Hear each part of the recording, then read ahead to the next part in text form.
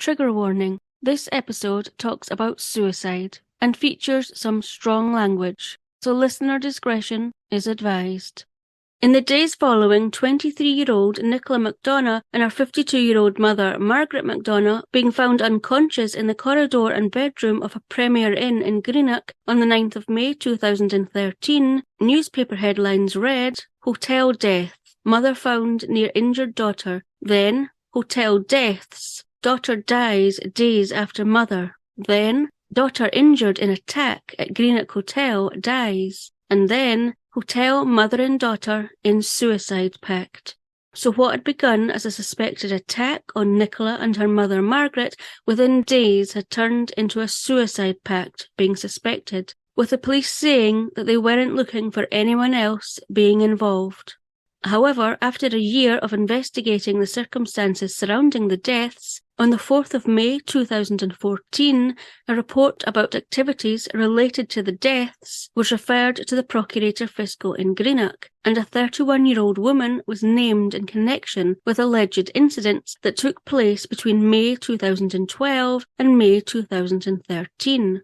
Then, on the 10th of May 2014, 31-year-old Lindsay Cotton was arrested and charged over the suspected double suicide of mother and daughter Margaret and Nicola McDonough. So, was this an attack or a suicide pact? And if it was a suicide pact, what had led a mother and daughter to make such a pact together? And who was Lindsay Cotton, the 31-year-old woman who had been named in the report to the Procurator Fiscal, who, according to Wikipedia, is a public prosecutor in Scotland, and then arrested and charged? And what activities related to the deaths was the report alluding to? To find the answers to these questions, we'll need to go back to May 2012, a year before Margaret and Nicola were found unconscious. 31-year-old Michael McDonough had a fantastic career as a Royal Air Force corporal based at Lossiemouth in Moray, which he loved. However, his love life was not as fantastic. And so in August 2011, hoping that he could find someone to share his life with, Michael joined the dating website Plenty of Fish. While Michael had some bites while on the dating website, he hadn't found someone he wanted to begin a relationship with. That was until May 2012, when he received a message from a Stephanie Wilson, whose profile said she was a student at Edinburgh University. Michael liked the sound of this woman and her profile picture, and so he wrote back, and before long the pair were messaging regularly, eventually exchanging mobile numbers and continuing to speak frequently via text, emails and phone calls. The pair grew closer and closer, speaking on the phone for hours on an evening, and despite never having met, Michael had fallen for Steph, and he entered into a relationship with her. During one of their many long phone calls, Steph mentioned to Michael that she was having a bit of trouble with her sister's ex-boyfriend, and that he had been known to be violent. Not long after that conversation, Michael received a phone call from a lady claiming to be Steph's mum, saying that the ex-boyfriend of Steph's sister had attacked Steph, and that Steph was in hospital with a bleed on the brain. Michael was shocked and worried and said he would come straight to the hospital, asking where Steph was. However, the mum asked if he would hold off until the family knew more. Michael agreed, but was extremely worried about Steph.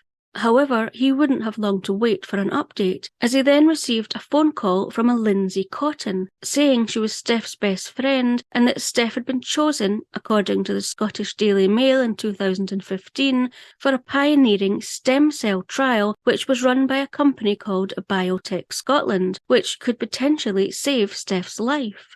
While Michael was relieved that Steph was going to be receiving treatment for her bleed on the brain, he desperately wanted to visit her, and he, by now, was absolutely in love with Steph, and classed her as his girlfriend.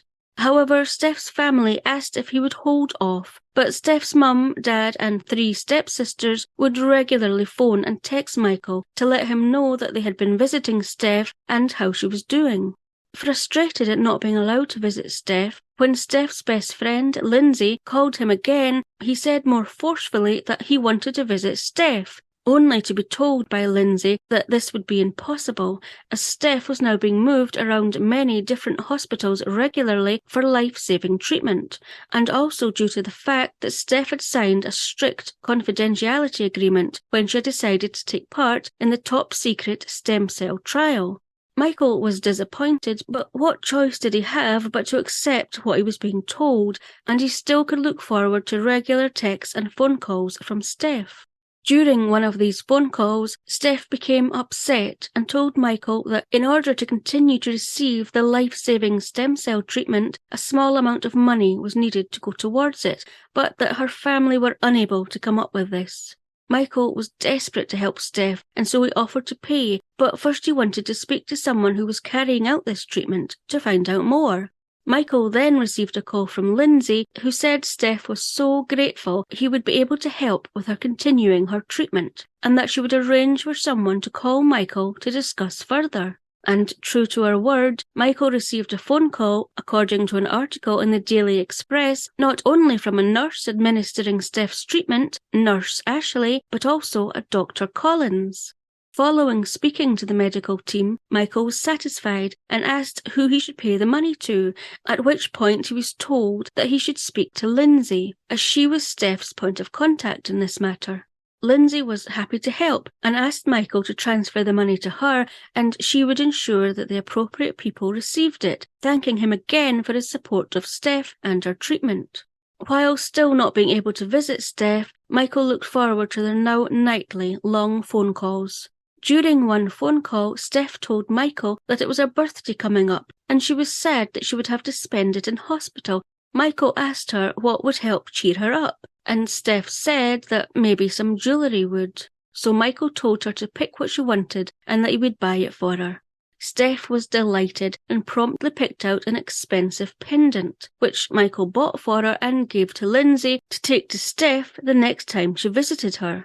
During another of Steph and Michael's nightly phone calls, Steph asked Michael if he would take Lindsay and her two children, Jack 8 and Lauren 12, on a holiday, as Lindsay had done so much for Steph and she'd love to do something nice for her. And so Michael took Lindsay and her two children for a wee break in Lossiemouth, which, according to lossiemouth.org, is on the Moray coast, approximately 40 miles or 64 kilometres east of Inverness and 70 miles or 112 kilometres northwest of Aberdeen. As the months rolled by and Steph continued to be in hospital having life-saving stem cell treatment, Michael again broached the subject of wanting to see her, willing to do whatever he could to make this happen. Steph agreed that she would like to see him too, and so Michael and Steph said that they would speak to Lindsay and see if this could be arranged somehow. Upon thinking about this, Lindsay felt she'd come up with the perfect way for the pair to possibly see each other, and that was if Michael and Steph said that they were engaged. It might be looked on more favourably by the powers that be if Michael and Steph said this due to the fact that Steph had signed a strict confidentiality agreement. Michael readily agreed with this. However, he then received a text from Steph saying that if he loved her, he would buy her an engagement ring. And so Michael bought Steph a white diamond square ring worth £1,800 or $2,100, which he gave to Lindsay to give to Steph. However, before a visit could be arranged, Lindsay called with some devastating news for Michael. Apparently, one of the doctors at Biotech Scotland had tried to poison Steph with the drugs, going on to say, according to an article in the Scottish Daily Mail in 2015, that the company would receive £100 million or $118 million payout if all the patients in the clinical trial died, with Lindsay claiming that there was a government conspiracy to keep this a secret and out of the media, and that he couldn't tell anyone about this, but that there was an ongoing threat to Steph's life. Due to this, Lindsay explained that she would now be the only point of contact. Michael was devastated, and so despite being told to keep this a secret, he needed to talk to someone, and so he shared this awful alleged cover-up with his family, his mum Margaret, younger sister Nicola, and older brother Kevin, but Michael swore them to secrecy. By this point, Michael's family had met Lindsay. Michael had met Lindsay's children and her mother. He had visited Lindsay and her children at their home in Addywell, a former mining village in West Lothian, for Christmas 2012. He would regularly take Lindsay and her children for days out, and Lindsay was a regular visitor at the McDonough home in Corsbar Avenue in Paisley, about a 53-minute journey west of Lindsay's home, obviously as Steph's best friend, and Michael's only way of finding out how Steph was doing. However, Michael was worried sick about what was happening with Steph and if she may survive the alleged poisoning. And so no longer being able to speak to Steph himself, but only via information from Lindsay, he moved in with Lindsay and her 2 children, just so he could keep up to date with what was happening with Steph and her welfare. But Michael was really struggling. He'd met this woman online who he had fallen in love with, but he'd never met her. She was in hospital and he wasn't allowed to visit her. They had got engaged, but he wasn't able to speak to her, and she now was apparently being poisoned. And this had been going on for many months. And so Michael felt immense stress, and his mental health took a turn for the worse, so much so that he left his post as corporal at the RAF base in Lossiemouth in January 2013. He now spent his time at Lindsay's home with her and her 2 children, speaking with her about Steph and waiting for any information that Lindsay could give him. Michael's family were extremely worried about him and Steph, as they had become to know Steph too, and they cared about her predicament over the previous months. But they felt happy that Michael was with Lindsay, who they had also gotten to know through her friendship with Steph and her visiting their home many, many times with updates about Steph for Michael, and they felt that Lindsay would look out for Michael. But how wrong they were. When Michael was staying with Lindsay and her children, and upon no longer being able to work, he began to do things around the house for Lindsay, such as fixing floorboards and painting and wallpapering her home, and if something in the house needed replacing, such as a washing machine, or if Lindsay mentioned she needed something, such as a new phone, Michael would happily buy these items for her. All the while, the threat to Steph's life hung in the air. And while Lindsay assured Michael that his financial and emotional support of Steph was what was keeping her alive, she continued to say that biotech were preventing him from visiting Steph. The situation with Steph continued, and the situation severely affected Michael's mental health. And then, towards the end of April 2013, Lindsay came up with the idea that intervention from the European Court of Human Rights could potentially help Steph's situation, and thus Michael's. By this stage, Michael was willing to try anything to be able to see Steph, and he agreed. But Lindsay said that it would be more impactful if members of Michael's family would write a letter or testimony to the European Court of Human Rights advising just how severely the situation with Steph was impacting him. Michael said he would ask his mum Margaret and sister Nicola if they would do this, as they and Michael's brother Kevin were well aware of the situation and just how this was affecting Michael and were very concerned about him. Upon Michael explaining to Margaret and Nicola the plan Lindsay had come up with, they both readily agreed that they would write testimonies to the European Court of Human Rights. And after doing this, they gave their testimonies to Lindsay so she could run them past Steph before posting them. However, days later, Nicola received a letter apparently from Steph which claimed that her testimony was not good enough, with the letter going on to read, according to the Scottish Daily Mail, in September 2015, "Your big brother has asked you for help, and it's become apparent you could not be bothered to give it a go. Enjoy your life, Nicola, while I struggle with mine." Nicola was shocked to have received this letter, as was her mum and brother Kevin, but Lindsay had been in touch saying she was coming over. Hopefully she would be able to shed some light on this and put the McDonough family's minds at rest. But no, Lindsay would not be putting their minds at rest. She would be doing the complete opposite. When Lindsay arrived at the McDonough home, she said to the waiting Margaret, Nicola and Kevin that as the secrecy surrounding Steph's stem cell treatment had been breached, which left Steph in mortal danger, and that Margaret and Nicola were to blame, as nobody was allowed to talk about it, let alone write testimonies to the European Court of Human Rights, Margaret and Nicola now faced 20 years in prison. The family were in shock, with Margaret and Nicola being left in tears and terrified at the prospect of being sent to prison. But again, Lindsay had a plan. She told Margaret and Nicola that she knew a couple of solicitors and had spoken to them, and they had told Lindsay that they might be able to make the case disappear and help the family escape prosecution if the family could come up with £5,000 or $6,100. Lindsay said the solicitors had advised her that it was Nicola who likely faced the heaviest prosecution, and so just in case the solicitors were unable to make the case go away, it would be best if Nicola had a fake passport, just as a worst-case scenario, so she could flee the country. And so Lindsay said if the family gave her a further £500 or $610, she would be able to get Nicola a fake passport. Obviously, the McDonough family were in shock. How was this happening to them? They just couldn't take this in. And so Lindsay kindly said she would ask the solicitors, who Lindsay introduced as Callum and Jennifer, to contact the family so they could hear the information from them. The family then received text messages from 2 separate numbers, with Lindsay saying one was from Jennifer and the other was from Callum.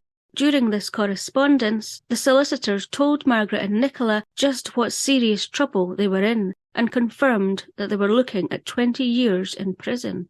The solicitors, Jennifer and Callum, also said that they had spoken to a Judge Phillips, who they knew they could trust, and he too messaged the McDonough family, telling them just how dire the situation was and that their only hope was to give Lindsay the £5,500 or $6,800 and hopefully the case could be made to disappear.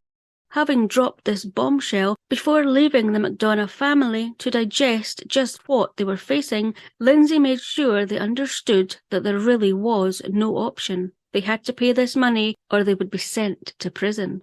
Once Lindsay left, Margaret, Kevin and Nicola were left stunned and in despair and fear of what they were facing, but they dared not discuss their situation with anyone outside of themselves as they feared further repercussions.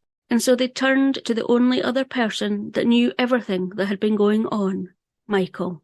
However, Michael had been living with Lindsay for months, was deeply in love with Steph, and was already severely affected by all that had taken place. And now, with the confidentiality breached by his family, he was terrified about Steph's safety. And so sadly, Margaret, Kevin and Nicola could not rely on any support or loyalty from Michael, with him saying that he could not forgive his family for what they had done.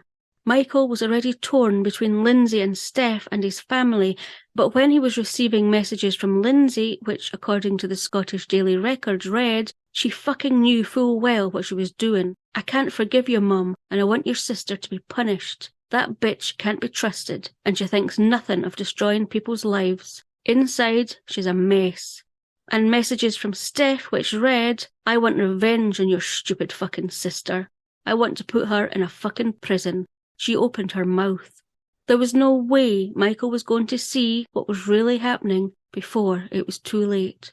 With Michael, Kevin, Margaret and Nicola now in a state of fear about their futures, Lindsay kept up the pressure. She continued to text, call and visit the McDonough family and tell them that they had no option but to pay the £5,500 or $6,800 if they didn't want to go to prison. To tell them just how awful prison would be and that Nicola especially would be beaten up repeatedly. And so the best thing they could do was pay the money and go on the run.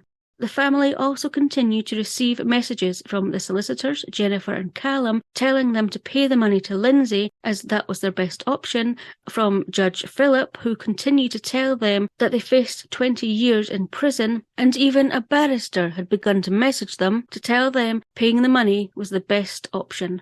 While Margaret and Nicola's relationship with Michael was very fraught, they were constantly bombarded by texts and phone calls from Lindsay, Steph, Jennifer, Callum, a barrister and Judge Philip, and were in a state of absolute fear and desperation until they could see no way out. Margaret McDonough was 52 years old in May 2013. She worked as a foster care worker and was considering adopting a girl aged 2 and a boy aged 5 who she had recently fostered. Margaret and her husband Thomas had separated in 2008 after being together for 28 years, and the breakdown of her marriage and subsequent divorce had hit Margaret hard. She had remained single and hadn't been looking to date anyone else, preferring to put her time and energy into her children and her foster children, although she had stood as a Liberal Democrat council candidate in 2012. Margaret was described as being compassionate and was always keen to care for others. Her 23-year-old daughter, Nicola, also shared Margaret's passion for caring for others and being compassionate, and was not only a charity worker, but had begun studying for a degree in social work, which in April 2013 she had just completed and had already secured an interview for a job. To celebrate completing her degree, Nicola had planned a short summer break with 3 of her university friends to Switzerland, which she was looking forward to, especially as Nicola had recently split up from her long-term boyfriend and was feeling a bit upset about this. So, at the beginning of May 2013, when Margaret and Nicola were put under immense stress and pressure, the pair not only had no partners to turn to or to support them emotionally or financially, they both were still coping with the loss of their long-term relationships and were likely emotionally fragile, which possibly contributed to their belief that there really was no way out of the situation they had found themselves in. Not only did they not have the kind of money that was being demanded of them, but neither woman could face either a life on the run or behind bars. And so when Lindsay visited the 2 women again on Tuesday the 7th of May 2013 and put even more pressure on the women to come up with the money or face the consequences, the pair began to put the only plan they could think of into action. On Thursday, the 9th of May, Margaret and Nicola left the family home and dropped the 2 foster children off at school and nursery. They then drove their Suzuki Swift car to a solicitor's office, also in Paisley, and Margaret signed a will she had had made up in the presence of a solicitor. The will left the family home worth £250,000 or $303,000 to her 3 sons, 33-year-old Kevin, 32-year-old Michael, and 21-year-old Matthew. Margaret also had a car worth about £4,200 or $5,100 and £239 or $290 in the bank. It's unknown what Margaret and Nicola did after that, but when Margaret failed to pick up her foster child from nursery, the alarm was raised, and they were reported missing about 2 p.m. on Thursday the 9th of May. While family members and police were searching for Margaret and Nicola, at 3:50 p.m. on Thursday, the pair checked into a Premier Inn in Greenock, a 36-minute drive northwest of their home in Paisley, for one night. After checking in, the pair went to their room, but then left again shortly afterwards. They then returned to the Premier Inn between 12:30 and 1 a.m. on Friday the 10th of May, where they parked their Suzuki Swift in the car park and headed to their double room. What the pair did upon leaving the Premier Inn shortly after they checked in and upon arriving back at the Premier Inn between 12:30 and 1 a.m. nobody knows for sure, but they had no further contact with their family members, who by this time were very concerned for their safety.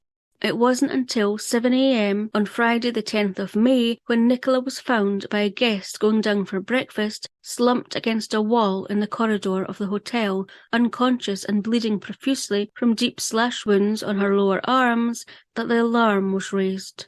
Margaret was found shortly afterwards in the nearby hotel room, also unconscious and also with deep slash wounds on her lower arms.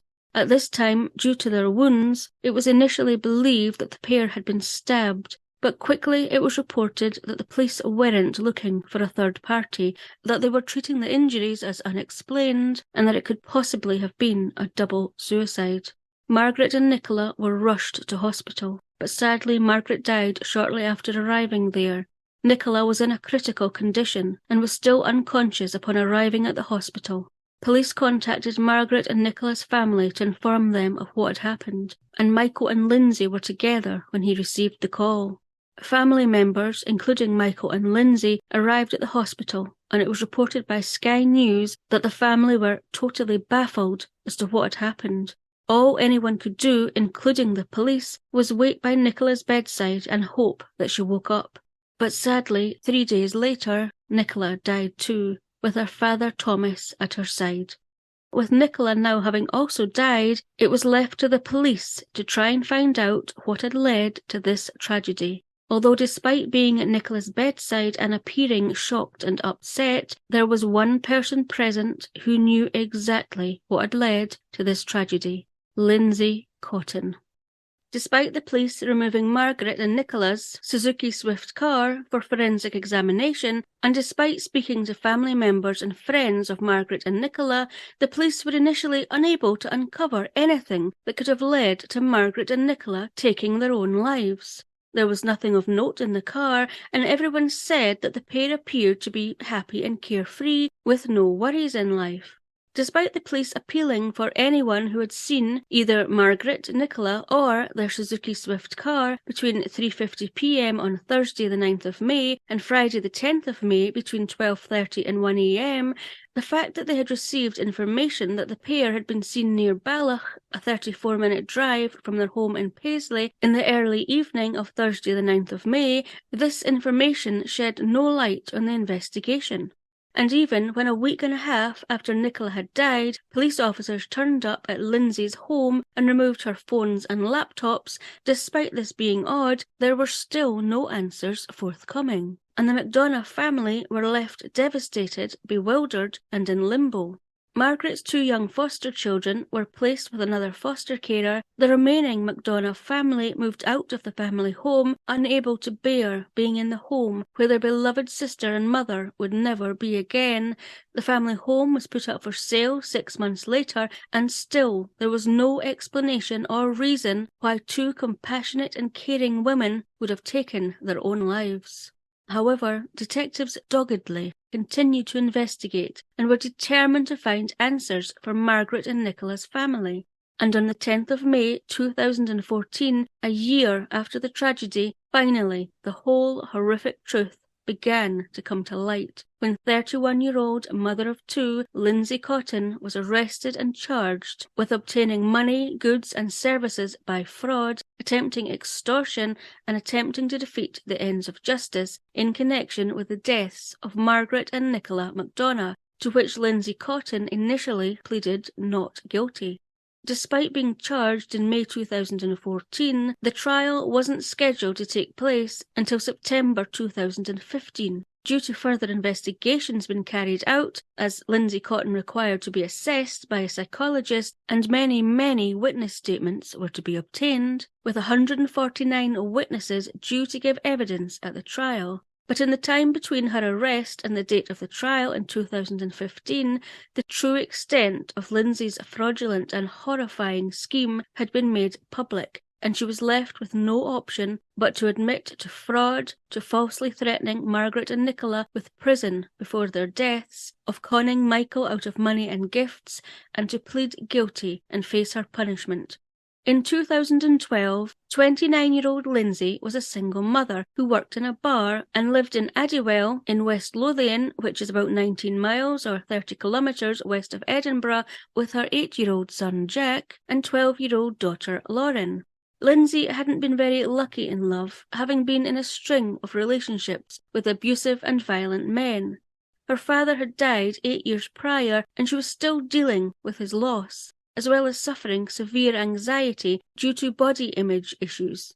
So telling her children that she just wanted to find happiness, Lindsay decided to join a dating app to give finding love one more go. However, as she didn't feel very confident about herself, she decided instead of putting her own picture on the dating site, she would use a picture of her stepsister's daughter, who was a slim blonde in her 20s, who was called Stephanie Wilson. Lindsay not only decided to use her stepsister's picture on the dating website, but also her name. Having perused the dating website for months, making and receiving contact with men as Stephanie that she didn't feel were suitable, in May 2012, she then came across the profile and picture of Michael McDonough, and liking what she saw and read, she made contact with him as Stephanie Wilson. Over the course of a year, Lindsay and her fictitious character Stephanie extorted over £6,500 or $7,900 in cash from Michael, as well as, according to the Daily Mirror in April 2015, mobile phones, jewellery, household goods, appliances, services, and an engagement ring worth nearly £2,000 or $2,400. Lindsay, as Stephanie, would spend hours on the phone to Michael, having late-night conversations with him, working hard to hook him, and once he was hooked, she would frequently threaten to end the relationship if he didn't do what she wanted. Lindsay then concocted the story about Stephanie having been beaten up and having a bleed on the brain, requiring stem cell treatment, which she just so happened to have been accepted on a trial study for. But of course, ongoing financial assistance was needed from Michael for Stephanie to be able to stay on the trial. Then Lindsay introduced herself to Michael and the McDonough family as best friend and point of contact for the made-up Steph while she was undergoing confidential treatment. And so it went on. To enable Lindsay's fabricated story to be truly believed, she created a host of characters who would contact Michael and his family, from fictional Steph's dad, mum and 3 stepsisters, to a nurse, a doctor, government officials, a barrister, solicitors, and a judge. And according to the Daily Express newspaper in October 2015, over a 6-month period, Michael was bombarded with almost 35,000 text messages and instant messages from these creations via Lindsay using her 15 mobile phones, 2 laptops, and 2 tablet computers. Michael was completely worn down and completely at Lindsay's mercy. He had become engaged to Steph, had moved in with Lindsay, and would take Lindsay and her children on holiday at Steph's request. While Michael was thinking he was in a relationship with Steph and was becoming more and more stressed and anxious by the situation he found himself in, Lindsay was happily telling all her friends and family that she was dating Michael and that he had proposed to her and she would wear the engagement ring, even posting a picture of it on her finger on her Facebook page. As far as Lindsay's family were aware, Michael and Lindsay were a happy couple, living together and going on holiday together, with her mother saying in an article in the Mirror newspaper in September 2015 that, "I thought she had met somebody wonderful. They seemed to be in a great relationship and spent every leave he had from the RAF together, and I got to know him well. They looked like a wee family," going on to say that she had also seen the white diamond engagement ring and thought they were engaged. So from Lindsay's family's point of view, Lindsay seemed to have it all and be quite happy. However, behind closed doors, Lindsay's fabricated stories about the fictional Steph became more and more elaborate, and eventually culminated in Lindsay embroiling Michael's mum Margaret and sister Nicola in her extraordinary story, and they, sadly, ultimately paid the highest price. Lindsay was with Michael when he received the news that Margaret and Nicola had been found and that they were both in a very bad way. And according to an article in the Mirror newspaper, Lindsay's mum said Lindsay seemed shocked and upset too. Following the sad death of both Margaret and Nicola, Lindsay, whose last threatening visit to the mother and daughter had led to them making the decision to take their own lives, attempted to delete and destroy all electronic information that related to her horrific scheme on her mobile phones, laptops and tablets, as well as destroying any paperwork she had. But she didn't do this alone. She enlisted Michael's help in doing this, as well as, according to an article in the Edinburgh News in April 2015, tried to have him provide a false account to witnesses and authorities to avoid detection and prosecution. But it's doubtful he knew the full extent of Lindsay's shocking scheme, and it's unknown exactly what she tried to get him to say. But alas, a week and a half after Nicola died in the hospital, the police arrived at Lindsay's property and seized her mobile phones, laptops and tablets. And despite it taking a year of investigation, her crimes were discovered and she was arrested and charged. At Lindsay's trial in September 2015, 2 years and 4 months after Margaret and Nicola McDonough had been found unconscious with deep slash wounds to their arms, finally the whole unbelievable story behind what had led them to take their own lives was now laid bare for all to hear. All Lindsay's defence could say was, according to the BBC News in September 2015, that she expressed remorse and shame for what she had done, and that she felt for the upset and anguish she had caused the McDonough family, but that she had committed the crimes because she wanted to have a relationship with Michael, fearing that if he knew the truth, he would have no interest in her, and that finding love was her primary goal, and financial gain was only secondary. She was then taken away and remanded in custody to be sentenced. Her defence had asked that she be bailed to await sentencing instead of being remanded in custody, as she had 2 children and therefore was not a flight risk. However, this was refused, as the case was deemed far too serious for her to be bailed.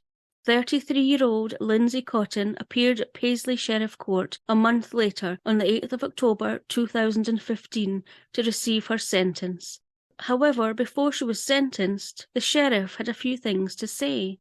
According to an article in the Daily Express, Sheriff Robert Fife said to Lindsay, "I think the best word to sum up what you have done is cruel. Cruel to Michael McDonough, Margaret McDonough, and Nicola McDonough," going on to say that she had spun a complex and intricate web of deceit and lies and had placed extraordinary demands on the vulnerable family. And "I would describe your actions as deplorable, callous, despicable, and shameful."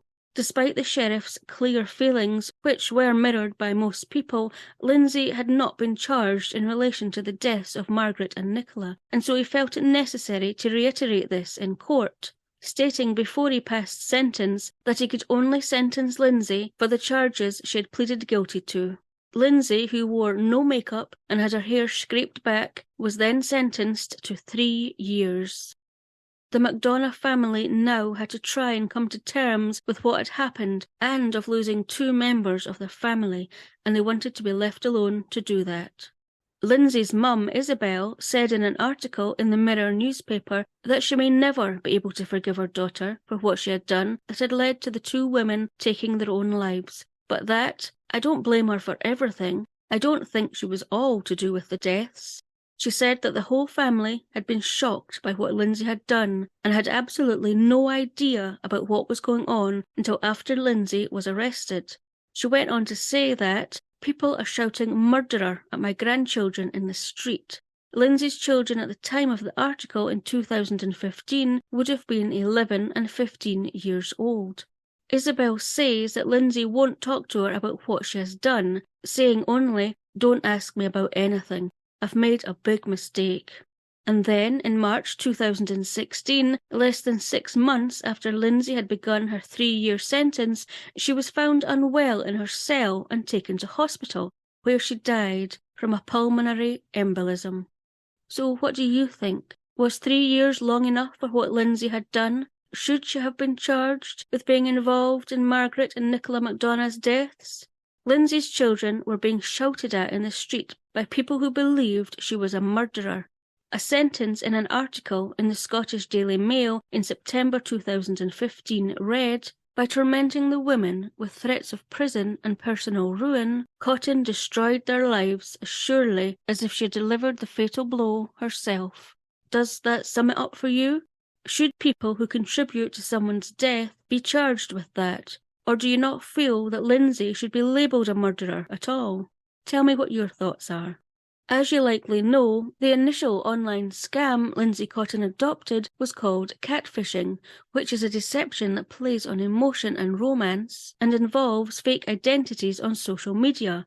While the plot that Lindsay came up with was extremely outlandish, catfishing and internet crime is very real. But there are organisations out there, such as the Cyber Helpline, that can help anyone that feels they have been or could be a victim of online crime, or would just like more information.